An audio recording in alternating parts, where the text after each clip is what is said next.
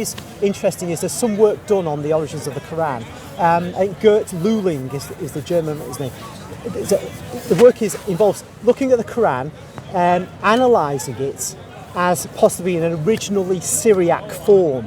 Oh yeah, I heard that. And then you get an interesting document produced when you convert it into a theoretical original Syriac. Yeah.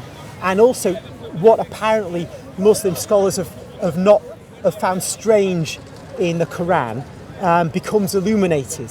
So the suggestion is that this is confected, the Quran is confected from originally Syriac hymns, maybe originally Syriac Christian lectionaries, and they found their way into the Quran, obviously changed for the purposes of the founders of Islam. Yeah.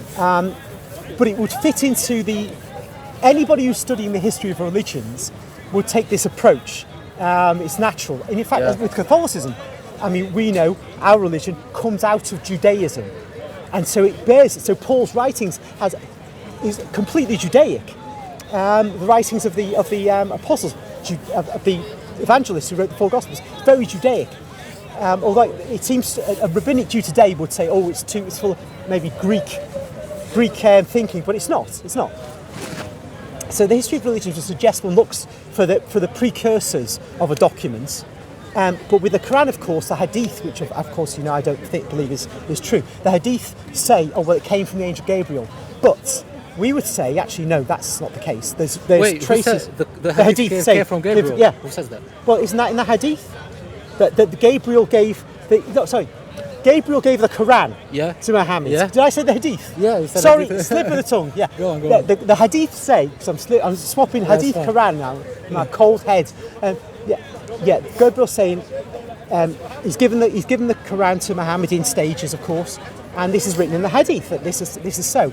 But of course, I don't believe in the Hadith that they can tell us anything useful historically, and I'm really inconsistent. I'm consistent with Western scholarship on that, but that means then where does the book come from?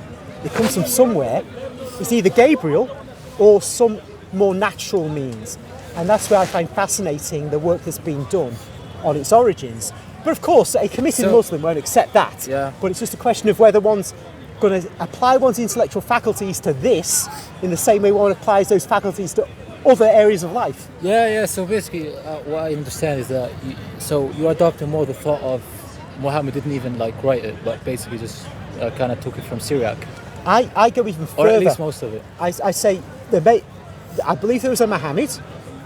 The best testimony to there being a Muhammad is the Christian writers of the time, actually. But anyway, put that to one side. The ironic thing to one side. I'd say whoever the person was is a real major charismatic figure that became the focus of this new religion called Islam.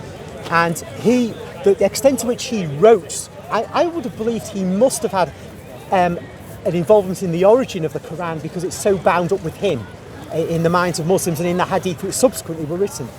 But I believe it came from other sources, and I think that the creation of it is extremely complex, and we'll never know it completely, not this side of heaven. It's mysterious. Yeah, but there we are. Yeah. So I guess we call it a day for today, don't we? Cool, sure. Yeah, and hopefully I'll see you again. Hopefully. All right. Thank you very My name's Phil, and your name is? Amir. Amir. Great to talk to you. Great to talk to you as well. All right. Thank you very much. God bless. Henry.